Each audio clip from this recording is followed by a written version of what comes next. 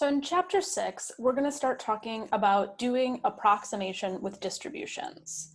So far in this class, the only way that we've been able to do inference is by using simulation methods. We're either using randomization or the bootstrap. And in my last video, I talked about the connection between doing hypothesis tests with a randomization distribution and confidence intervals with a bootstrap distribution. I think that simulation methods are extremely powerful, and they're really my preference for doing inference, but they're going to require a computer to do them. And there's a sort of historic tendency in statistics to use formulas instead of using simulation methods. So we can make inference in another completely different way by approximating sampling distributions using known theoretical distributions. So instead of using randomization as a simulation method to build up a sampling distribution, we're just going to approximate that sampling distribution using a distribution that we already know something about. We've already talked a little bit about the normal distribution in this class, and as chapter 6 progresses, we're going to talk more about the student's t-distribution. Those are the two most common distributions. And just as a reminder, if we're trying to specify a normal distribution, we often will say that x follows. So that's what the little twiddle or tilde means. So we pronounce this as follows. X follows a normal distribution with mean mu and standard deviation sigma. And then we've talked about the standard normal, where if we're using a z-score, we're converting from a particular normal distribution into the standard normal distribution. And that standard normal distribution is a normal distribution with mean 0 and standard deviation 1.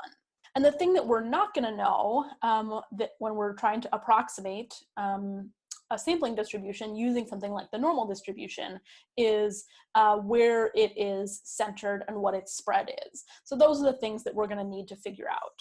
And if we're going to be doing inference, we have our two main inferential tasks, and those are hypothesis testing and confidence intervals. So hypothesis tests ask, is this number different than 0? And confidence intervals say, what are some other reasonable values we could have observed? And the way that we were doing hypothesis tests when we were doing simulation is we were building up a randomization distribution saying, here's what the world would look like if the null hypothesis were true. And then we were computing how extreme our observed sample statistic was in the context of that distribution.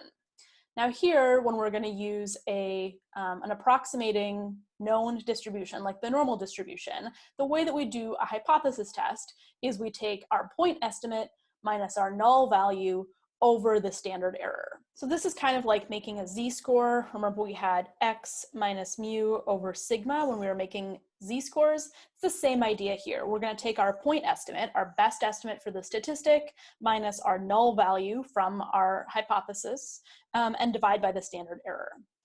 And then our confidence interval, we have kind of a generic way to make a confidence interval. That's our point estimate plus or minus our critical value times our standard error, where the critical value is something that's going to depend on the distribution, whether we're using a normal distribution or a student's t-distribution, and the alpha level, how confident we want to be for our confidence interval.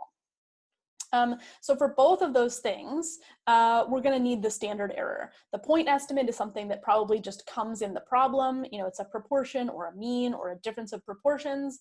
The null value and the critical value, those are things that you can kind of figure out given the context of the problem.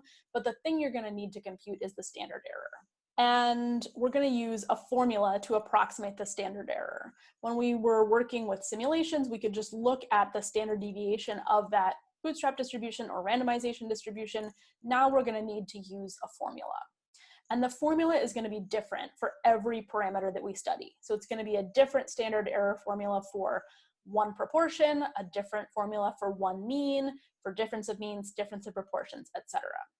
And I've made a one-page cheat sheet for you, which is posted on Canvas, which has the formulas that we're going to use for the rest of the semester. So a lot of this is for chapter 6, but there's also material from chapters 7, 8, and 9. So here's what the cheat sheet looks like. And I know that it looks overwhelming to start with, but we're going to work through it slowly throughout the rest of the semester. And this is just going to be your overview. As I say at the top here, there's 3 ways that you can make inference about a population parameter.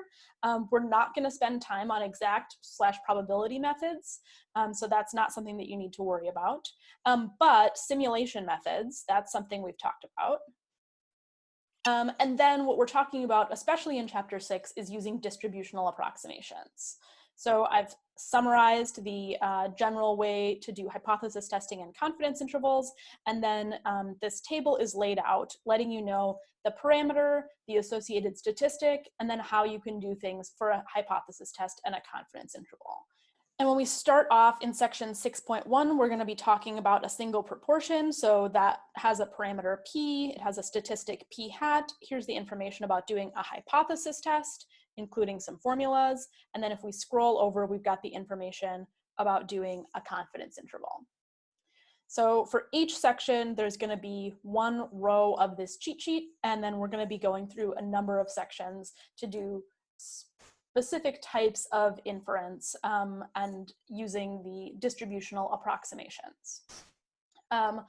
So the only thing to keep in mind is that this whole cheat sheet is just showing you how to do things for method 3, but I still want you to be keeping in mind doing method 2 as well, the way that you can use a simulation method.